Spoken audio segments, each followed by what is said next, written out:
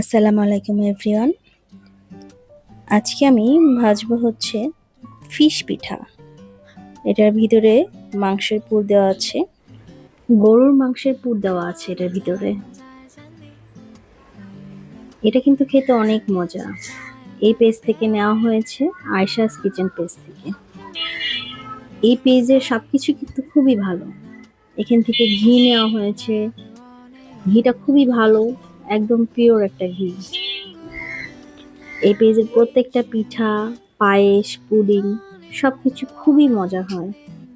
আমার কাছে খুবই ভালো লাগে। আপনারাও চাইলে নিতে পারেন। আমি এই পিঠাটা হালকা মিডিয়ামে ভেজে নিচ্ছি, যাতে ভিতরটা ঠিক মতো হয়। দুপাশ আমি ঠিক মতো ভেজে নিচ্ছি।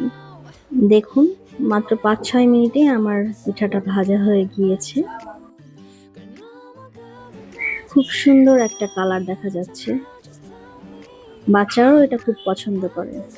একদম মচমচে একটা পিঠা। দেখুন কতটা ক্রিস্পি হয়েছে পিঠাটা। একদম ফ্রিজ থেকে বের করেই ভেজে নিয়ে খাওয়া যাবে। ধন্যবাদ সবাইকে।